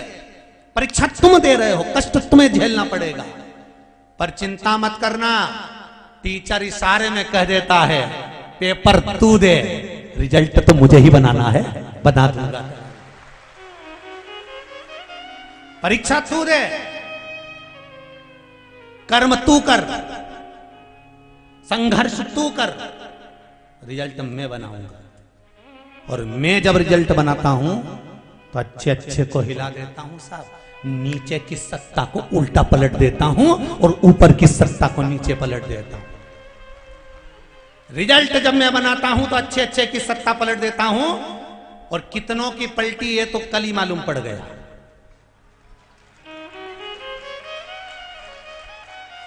कब नीचे ऊपर कर दूं इसका मुझे कोई भान नहीं होता। बस रिजल्ट मैं बनाता हूं, तू अपना कर्म किए जा। कर्म में पीछे मत हटना, कर्म करते रहना, और जितना जितना तू कर्म करेगा उतना उतना फल तेरी जिंदगी में मिलता रहेगा। फिर निवेदन है, मत बुरे कर्म कर बंदे वरना पछताएगा, भगवान की आंखों से तू बच नहीं पाएगा, तू बच नहीं पाएगा। अरे ओ अज्ञानी मत करना, क्यों करे बेकार?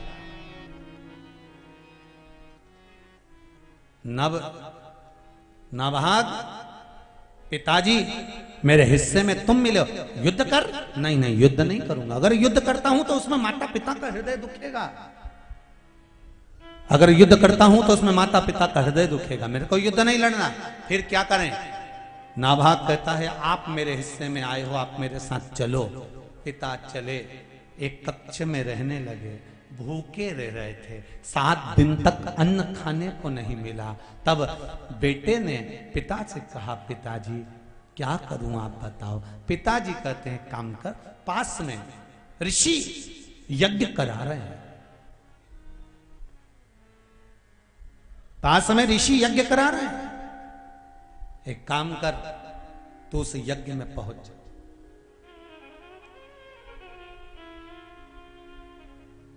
क्या करूं उस यज्ञ में जाकर?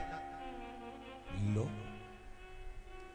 गांव में, नगर में, शहर में, थोड़ी दूरी पर भी अगर कोई अच्छा काम हो रहा हो, सत्कर्म हो रहा हो, कोई अच्छा कार्य हो रहा हो, यज्ञ, कथा, अनुष्ठान, मंदिर निर्माण, पूजन, पाठ, कुछ भी अच्छा काम हो रहा हो, अगर कुछ नहीं बने तो वहां जाकर सेवा देना चालू कर देना चाहिए। भाग्य चमकना प्रारंभ। ये बात पंडित प्रदीप मिश्रा नहीं कह रहा है, ये बात शिव महापुराण का कृष्ण दर्शन स्वरूप कह रहा है। शंकर जी का एक नाम है कृष्ण दर्शन। शिव महापुराण का ये सुंदर वर्णन कर रहा है। नहीं तो आप कहो कि गुरुजी का इसमें लालच होगा, गुरुजी कह रहे होंगे कि सेवा करने जाओ, कहीं कथा हो, सत्संग हो, यज्ञ हो, तो वहां जाकर सेवा करो। ये कृष्ण दर्शन शिव महापुराण की कथा में वर्णन किया गया। भगवान शंकर का एक नाम है कृष्ण दर्शन।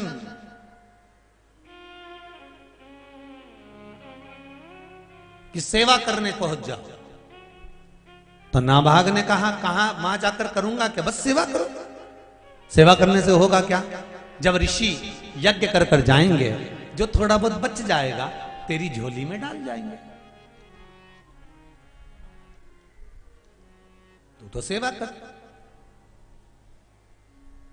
कर सेवा तू लगन लगाकर, मन में सच्चा भाव जगाकर, ही की आंखें खोलो रे, अब वल्लभ के करो से।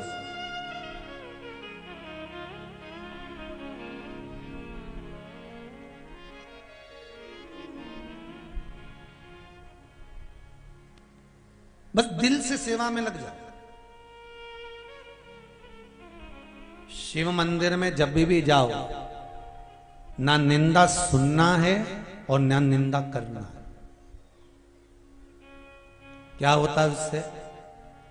हमने जो व्रत किया है, हमने जो पूजन करी है, एक थोड़ी सी निंदा शंकर जी की या शिव भक्त की सुन लेते हैं तो 8 महीने जो हमने पुण्य करा होता है वो सब समाप्त हो जाता है। शिव मंदिर में ना तो निंदा करना है और ना निंदा सुनना है। जाओ, ऐसे टाइम पर जाओ कि हमें किसी की निंदा सुनने को नहीं मिले, हमें किसी की निंदा करने को नहीं मिले। हम जाएं और भगवान का भजन करें और वापस अपने अपने घर को आ जाएं। शिव पुराण में भी जाओ तो प्रयास करो कि हमारे द्वारा कोई निंदा ना हो, किसी के लिए अपशब्द ना निकले। निकले तो शिव के भजन निकले। यहां से जाते भी तुम श्री शिवाय नमस्तुभ्यम, श्री शिवाय नमस्तुभ्यम, श्री शिवाय नमस्तुभ्यम, श्री शिवाय नमस्तुभ्यम, श्री शिवाय नमस्तुभ्यम। जाओ तो भगवान का नाम, आओ तो भगवान का नाम, केवल शिव नाम में ही डूबे रहो। निंदा नहीं चाहिए।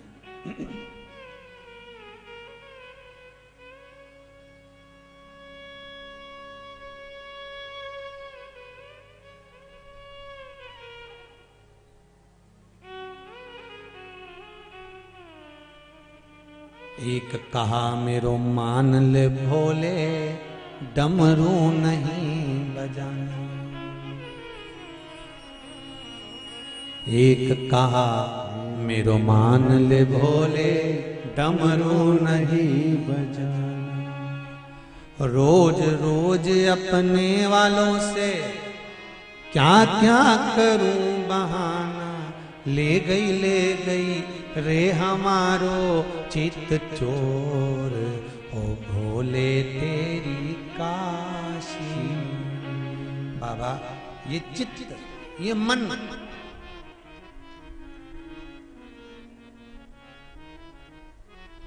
कृष्ण दर्शन की कथा कर रही है शिव महापुराण की, कि भगवान शंकर का नाम कृष्ण दर्शन है और शिव का एक नाम जो कृष्ण दर्शन कहा गया है महाराज, उसका वर्णन किया गया है। बड़ा सुंदर वर्णन।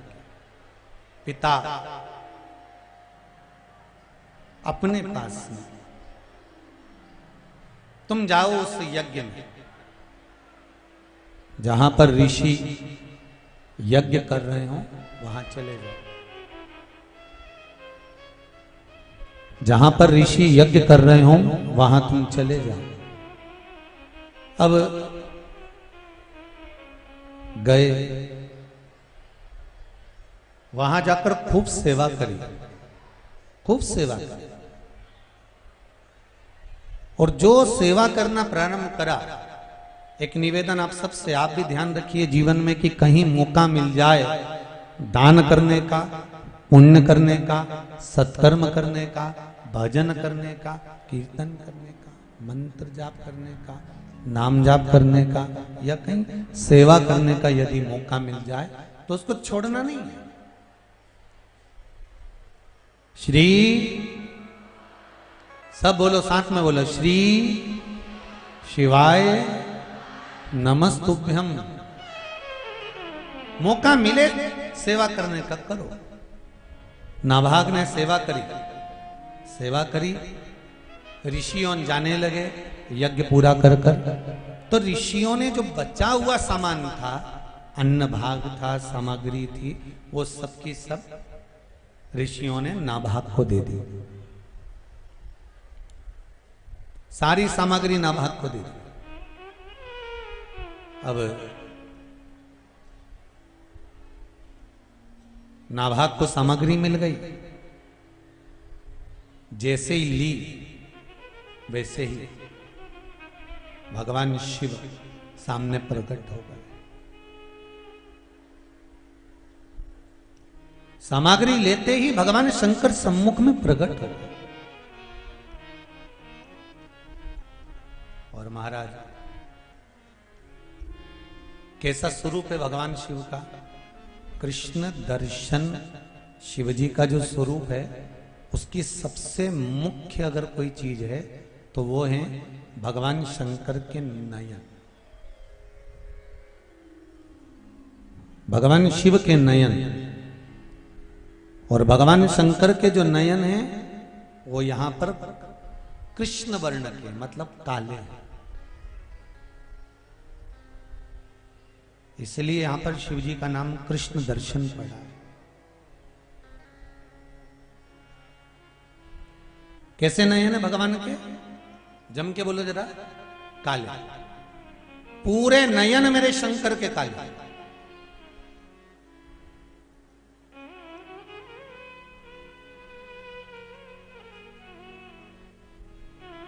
शिवजी ने कहा रुको नाभाग, ये ऋषियों ने जो सामान तुमको दिया है मालूम है किसका है? नाभाग ने कहा प्रभु मैं तो जानता नहीं, पर ऋषियों ने यज्ञ पूर्ण होने के बाद जो बच्चा था वो मुझे प्रदान किया।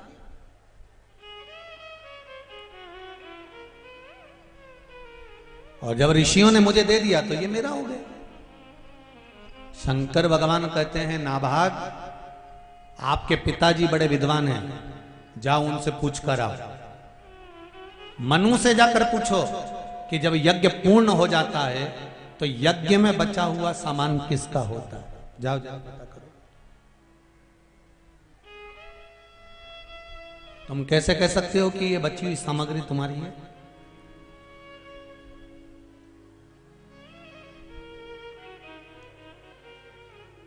जाओ जरा मालूम करो। और नाभाग शिव जी का वो स्वरूप जो देखा था, बड़ी सुंदर जटा थी, गले में रुद्राक्ष की माला थी, हाथों में रुद्राक्ष थे, कमर पर एक सुंदर बागंबर बंधा हुआ था और गले में सुंदर रुद्राक्ष की माला, कानों में कर्णफूल में रुद्राक्ष थे, त्रिपुंड खिंचा हुआ था, नयन मेरे शंकर के काले थे, कृष्ण दर्शन स्वरूप भगवान वहां खड़े थे। और नाभाग को भेज दिया, जाओ जरा पता करो तुम्हारे पिताजी से कि यज्ञ में बचा हुआ सामान पर हक किसका होता है, जाओ जरा पता करो।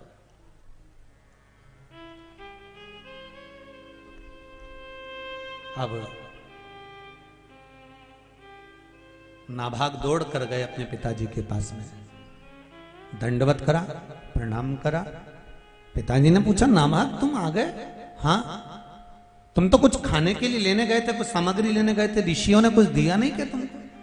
नाभाग बोले, ऋषियों ने तो दिया था, परंतु वहां पर कोई एक पुरुष आकर खड़ा हो गया है, जटा बंधी हुई है, त्रिपुंड लगा हुआ है, गले में रुद्राक्ष की माला है, हाथों में रुद्राक्ष है, कमर पर सुंदर आनंद में एक बागंबर बंधा हुआ है और बड़ा सुंदर स्वरूप है, बस आंख काली है। कर्पूर गौरम कर्णावतारम, नेत्र काले हैं बस, शरीर बड़ा सुंदर, रुद्राक्ष धारण करे हुए। पिताजी वो कह रहे हैं कि यज्ञ में बची हुई जो सामग्री होती है वो मेरी होती है,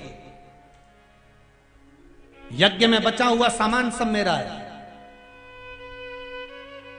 ऋषियों ने मुझको दिया है और वो कह रहे हैं कि मेरा है। अब आप बताओ मैं क्या कर सकता हूं। इतने में मनु ने कहा, रुको, वो कोई साधारण नहीं है, वो रुद्र है, उसके पास जाकर निवेदन करो, उसका है। यज्ञ में बचा हुआ सामान, यज्ञ में बची हुई सामग्री, अनुष्ठान करने के बाद बचा हुआ जो सामान होता है वो रुद्र का होता है, वो शिव का होता है,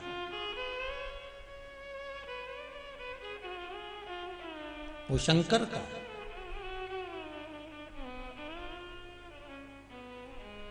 आप चरणों में उनके प्रणाम करना और प्रणाम कर करके देना, ये आपकी सामग्री है, आप रखिए, बस इतना कह देना। एक भोले से व्यक्ति को, एक साधारण से भोले से व्यक्ति को, बिल्कुल सहज सरल व्यक्ति को आप कुछ सामान थोड़ा ज्यादा उठा कर दे दो तो वो लेकर नहीं जाएगा। अरे इतना सारा कैसे ले जाऊंगा, आप तो अपने पास रख लो, मुझे नहीं चाहिए इतना।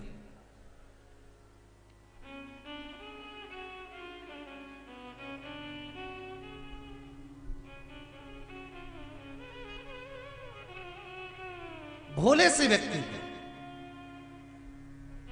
जिसमें विवेकता नहीं है, केवल समर्पण है, केवल समर्पण, उसको अगर ज्यादा सामान दे दोगे तो वो लेगा नहीं। शिव भोले हैं। नाभाग, तुम्हें जो ऋषियों ने सामान दिया है वो ऋषियों का सामान आप जाकर दे दो उनको, ठीक है पिताजी? और ऋषियों का बचा हुआ सामान जैसे ही रुद्र को दिया, शंकर को दिया, रुद्र के पास जैसे ही सामान आया तो भगवान कृष्ण दर्शन ने कहा, शिव ने कहा, ए नाभाग मुझे अब ये नहीं चाहिए, तुमने एक बार अगर मुझे दे दिया तो ये अब तुम्हारा ही हो गया, क्योंकि शिव के पास जो है वो जनमानस के लिए। शंकर के पास में अगर कोई सामग्री है ना तो वो शिव के हित की नहीं, संसार के हित की है। चंद्रमा जगत के लिए, राहु कैतु रुद्राक्ष सब जनमानस के हित के लिए। मेरे पास मेरे हित के लिए मैंने कुछ नहीं रखा, मेरे पास मेरे हित के लिए तो शिव कहते हैं केवल एक नाम भारी है और वो है 2 अक्षर का नाम राम। क्या नाम है? राम। वो मेरे लिए भारी है, बाकी का ये सब चीजें मेरे पास किसी काम की नहीं, आप ले जाओ। जब सती माता के साथ में भगवान शंकर का जब विवाह हुआ था ना, तो सती मैया के साथ में जब बाबा भोलेनाथ जी का विवाह हुआ और सती मैया को विवाह कर कर शंकर भगवान जब कुंभज ऋषि की कथा सुनाने के लिए लेकर गए, तब सती ने भगवान शंकर से 5 बार कहा था कि भोलेनाथ, मैंने इतना सुंदर श्रृंगार धारण करा है, तो आप भी कुछ श्रृंगार धारण कर लीजिए।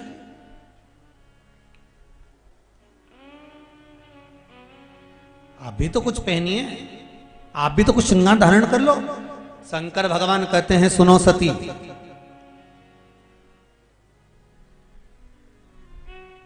मनुष्य का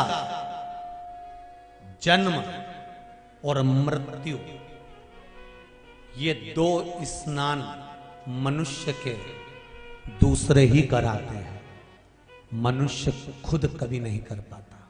कौन से स्नान? जम के बोले जरा। एक जन्म का स्नान और एक मृत्यु का स्नान। शिव कह रहे हैं सती से, सती, व्यक्ति के जीवन के 2 स्नान व्यक्ति कभी अपने हाथों से नहीं कर पाता। एक जन्म का स्नान और दूसरा मृत्यु का स्नान, दूसरे ही करा। शंकर कहते हैं, सती, ए सती, मैं शिव हूं और मेरा निवास शमशान में है, मेरा निवास शमशान में है। सती, जिस भूमि पर व्यक्ति खुद श्रृंगार कर कर नहीं आता, उस भूमि पर मैं निवास करता हूं। मेरा निवास उस भूमि पर है जहां खुद व्यक्ति श्रृंगार कर कर नहीं आता। तो सती, मैं जब जनमानस के लिए हूं, तो मैं अपना श्रृंगार क्यों करूं? मेरा श्रृंगार करने वाले इस संसार में बहुत पड़े हैं। मेरा श्रृंगार 1 लोटा जल, 1 बेलपत्र है। मेरा श्रृंगार 1 लोटा जल और 1 बेलपत्र मेरा श्रृंगार है, इससे ज्यादा मेरा श्रृंगार कुछ भी नहीं। और बाकी के श्रृंगार से मुझे मतलब है भी नहीं। सती मैया बड़ी अचंभे में पड़ गई और सती माता ने कहा, आप अपना श्रृंगार नहीं करोगे? हाँ, मुझे श्रृंगार की जरूरत है क्या?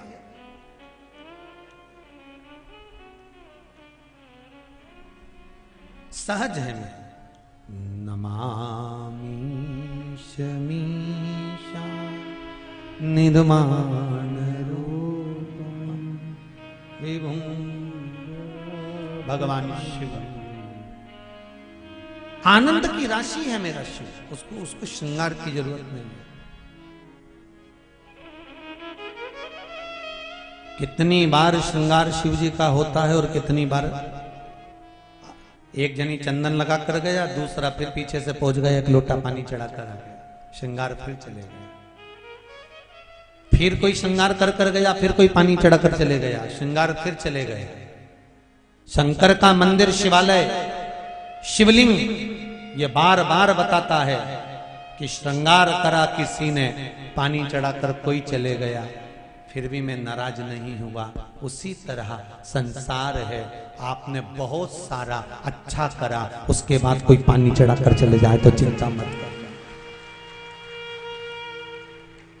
शंकर भगवान का शिवलिंग ये बताता है कि आपने श्रृंगार करा, आपने कथा करवाई, सत्संग करवाया, मंदिर स्मरण, पूजन, पाठ, आराधना सब कुछ कराया, तुमने दुनिया भर का काम करा, कहीं का आएगा कोई आ गया और तुम्हारे करे धरे पर 1 लोटा, जम के तो बोलो, पानी डाल गया।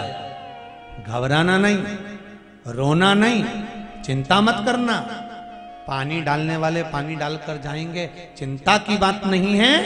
फिर कोई आएगा, फिर चंदन लगाकर चले जाएगा, फिर श्रृंगार कर जाएगा, हारना नहीं।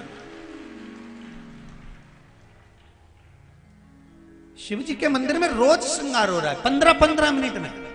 बोलो रे जीजियों, सही है कि गलत है? आप लोग तो पशुपति व्रत करने जाती हो तो श्रृंगार कर कर आती है, इतने में दूसरी आ जाती है, फिर वो पानी डाल के चली जाती है, तीसरी आती है, फिर पानी डालकर चली जाती है। कितनी बार शिव का श्रृंगार होता है, कितनी बार बिगड़ जाता है। उसी तरह मनुष्य कितनी बार अच्छा करने का प्रयास करता है, फिर कोई पानी डालकर, बुराई कर कर, अपशब्द कहकर, ताने देकर, गालियां देकर उस अच्छे काम पर लोग पानी डालने का प्रयास करते हैं। घबराना नहीं। शंकर कहते हैं मैं नहीं घबराता, तो तू क्यों घबराता है? मैं तेरे भीतर हूं, फिर श्रृंगार होगा, फिर आगे बढ़ेंगे, फिर तरक्की करेंगे। क्यों घबरा? तू रहे शिव जैसा। समय आया, जो सती माता जलकर भस्म हुई थी वो हिमालय राज के घर में प्रकट हुई, और मेनावती के गर्भ से प्रकटी है। मेनावती के गर्भ से। मेना, धन्या और कला, ये तीन पितरों की बेटियां हैं। पितृलोक में रहती थी। एक बार सनत कुमार बैठकर तप कर रहे थे, पितरों की तीनों बेटियां निकल कर गईं, और इतने में जैसे ही पितरों की बेटियां निकल कर जाती हैं तो मेना के लहंगा जो था, जो लहंगा मेना पहनी हुई थी, उस लहंगे से सनत कुमार की जंघा पर चोट लग जाती है। थोड़ी देर बाद धन्या निकल कर जाती है, धन्या के लहंगे से फिर चोट लग गई। फिर कला निकल कर गई, कला के लहंगे से फिर चोट लग गई। शिव महापुराण की कथा कहती है, अगर कोई सत्संग कर रहा हो, भजन कर रहा हो, कथा सुन रहा हो, स्मरण कर रहा हो, संकीर्तन कर रहा हो, मंत्र जाप कर रहा हो, नाम जाप कर रहा हो, तो प्रयास करना अपने शरीर के द्वारा या अपने द्वारा उसके शरीर को कुछ कष्ट ना हो, उसके शरीर को कष्ट ना हो। सनत कुमार को क्रोध आ गया, और सनत कुमार ने कहा, ए मेना, धन्या, कला, तुम पितरों की तीन तीन बेटियां और तुम्हें विवेक नहीं है? ये तुमने अच्छा नहीं करा मेना, धन्या, कला। सनत कुमार कहते हैं, तुमने एक संत के शरीर पर चोट पहुंचाई है, हम आपको श्राप देते हैं, तुम पितृलोक को छोड़कर मृत्यु लोक में जाओ। तीनों की आंखों में से आंसू बहने लगे। मेना, धन्या, कला रोने लगी। हमें आप श्राप दे रहे हैं कि हम पितृलोक से नीचे मृत्यु लोक में जाएंगे? सारी दुनिया का सबसे सुंदर लोक होता है पितृलोक। कौन सा लोक है? जम के बोलो जरा। पितृलोक। पितृलोक कौन सा? जहां पर हमारे पूर्वज प्राण त्यागने के बाद जाते हैं, पितृलोक में रहते हैं, वो सबसे सुंदर लोक है। पितृलोक सुंदर क्यों कहा गया है? तो शिव महापुराण की कथा कहती है, पितृलोक इसलिए सुंदर है कि जितनी देर तक घर का व्यक्ति शिव महापुराण की कथा में बैठकर कथा सुनता है, उतनी देर तक वैकुंठ अधिपति भगवान विष्णु हमारे पितरों के कंधे पर हाथ रखकर कथा श्रवण करते हैं। इसलिए पितृलोक की विशेषता। अब आप लोग कितने लोग कथा को श्रवण कर रहे हैं, जरा देख लीजिए। जितने लोग कथा सुन रहे हो ना, जितने भी लोग कथा श्रवण कर रहे हो, आपके जो पितृ हैं, आपके जो पूर्वज हैं, आपके पितरों के कंधे पर स्वयं भगवान नारायण हस्त कमल रखकर, जैसे आप कथा सुन रहे हो, ऐसे ही आपके पूर्वज भी भगवान विष्णु का हस्त कमल रखकर शिव महापुराण की कथा को पूर्ण श्रवण करते हैं। इसलिए पितृलोक की महत्वता श्रेष्ठ है। बंद हो गए बक्से। इसलिए पितृलोक की श्रेष्ठता हमारे यहां शास्त्र करता है। हम आपको श्राप देते हैं कि तुम पितृलोक छोड़कर यहां मृत्यु लोक में आओगे। मृत्यु लोक में चरणों में गिर गई, आप क्षमा करिए, कुछ कृपा कर दीजिए, कुछ क्षमा कर दीजिए, कुछ दया कर दीजिए। तब सनत कुमार ने कहा, चिंता मत करो, जब मृत्यु लोक में आप आओगी, तब मृत्यु लोक में तुम तीनों की गोद में 3 देवियां खेलेंगी जो संपूर्ण विश्व का कल्याण करेंगी। मैना की गोद में पार्वती धन्या सुनैना बनेगी, जिसकी गोद में सीता खेलेगी। कला कीर्ति बनेगी, जिसकी गोद में राधा जी खेलेंगी, जो संपूर्ण विश्व का कल्याण करेंगी। तुम तीनों की गोद में 3 देवियां खेलेंगी। और वही मैनावती की गोद में माता पार्वती जी खेल रही है। मैनावती की देवऋषि नारद जी ने कह दिया, इसका भाग्य का वर्णन कर दिया। इसको जो पति मिलेगा, भस्मी रमाने वाला, जटाजूट बांधने वाला, मृगछाला लपेटने वाला। पार्वती जी की माता जी ने सोच लिया विवाह नहीं करूंगी, पर ज्ञान प्राप्त हो गया था बचपन में, और बचपन का ज्ञान प्रबल ज्ञान होता है महाराज। पार्वती जी ने मन में विचार कर लिया था कि मैं अगर वरूंगी तो शिव को वरूंगी, इसके सिवा मैं किसी को नहीं वरूंगी, शंकर ही मेरे पति। खूब तप करा, खूब साधना करी, खूब करा, और तप और साधना का फल क्या हुआ कि शिव पार्वती के लिए तप साधना के बल पर उनको परीक्षा लेने के लिए जाने लगे। कामदेव को भस्म किया। अभी होलिकाष्टक चल रहा है, होलिकाष्टक चल रहा है ना। ये जो होलिकाष्टक है ना, जो 8 दिन होलिकाष्टक के जो रहते हैं, इसमें कोई शादी विवाह आदि कादिक जो शुभ कार्य होते हैं, मकान का प्रवेश मुहूर्त, ये नहीं होते। उसका कारण क्या है? क्योंकि जिस दिन फागुन के शुक्ल पक्ष की अष्टमी पड़ी थी, उसी दिन कामदेव जलकर भस्म हुआ था।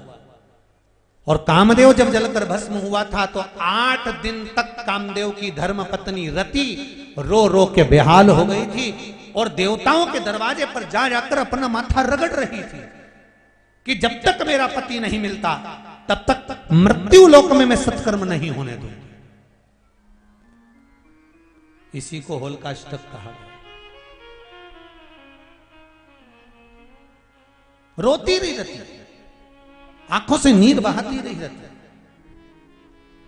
भगवान विष्णु के पास में भी गई, वहां जाकर निवेदन करा, प्रभु कृपा करिए, मेरा पति चले गया है, उसके लिए कुछ कृपा कर दीजिए। भगवान विष्णु ने कहा मैं कुछ नहीं कर सकता, आप देवाधिदेव महादेव से निवेदन करोगे तो ही काम होगा, क्योंकि जन्म देने वाला शंकर है तो मारने वाला शंकर है। जन्म, मरण और परण, ये 3 शिव ने अपने पास रख रखा, आप उससे कहो जाकर। महाराज, शिव महापुराण की कथा कहती है, जीवन में डॉक्टर ने कह दिया, डॉक्टर बोल दिया कि अब इनकी अंतिम समय चल रहा है, घर ले जाओ सेवा करो। डॉक्टर कह दिया कि घर ले जाओ सेवा करो, पर एक बात याद रखना कि लेकर तुम चले भी गए, पर जब तक उसके यहां से नहीं आएगी ना, तब तक बड़ा मुश्किल है। चाहे 50 बार गीता जी सुना दो, चाहे 10 बार गजेंद्र मोक्ष की कथा सुना दो, चाहे 5 बार तुम गंगा जल पिला दो। अपने को लगता है कि डोकरी निपट गई, जमीन पे सुलाया, 15 मिनट में फिर जिंदा हो गई, फिर जिंदा। अब मन करता है कि बताओ अभी तो मरी नहीं, प्राणी नहीं छूटे। खूब लोगों ने कहा था खूब उम्र है, खूब लंबी उम्र है, क्या रेखाएं, खूब जिएगा, खूब लंबी उम्र होगी, खूब लंबी उम्र होगी। और मालूम पड़े शरीर छूट गया, प्राण चले गए। जन्म, मरण, परण 3 शिव के हाथ में है। कोई दूसरा उसको संभाल नहीं सकता, कोई दूसरा उसका वर्णन नहीं कर सकता। जन्म, मरण, परण ये शंकर ने अपने पास में रख रखा है, इसको कोई साध नहीं सकता, इसको केवल शिव ही साध, शंकर ही। भाग्य लिख दिया शिव ने पार्वती का। रति रोती रही, शिव जी के पास जाकर निवेदन करा। शंकर भगवान ने कहा चिंता मत करो, तुम्हारा पति भगवान कृष्ण का पुत्र बनकर उत्पन्न होगा और तुम्हें मिलेगा। अब ये अनंग रहेगा, इसका शरीर नहीं दिखेगा। सुनो, आम के पल्लव में छुपकर कामदेव ने बाण छोड़ा था, इसलिए मुझे क्रोध आया था। आम के पल्लव,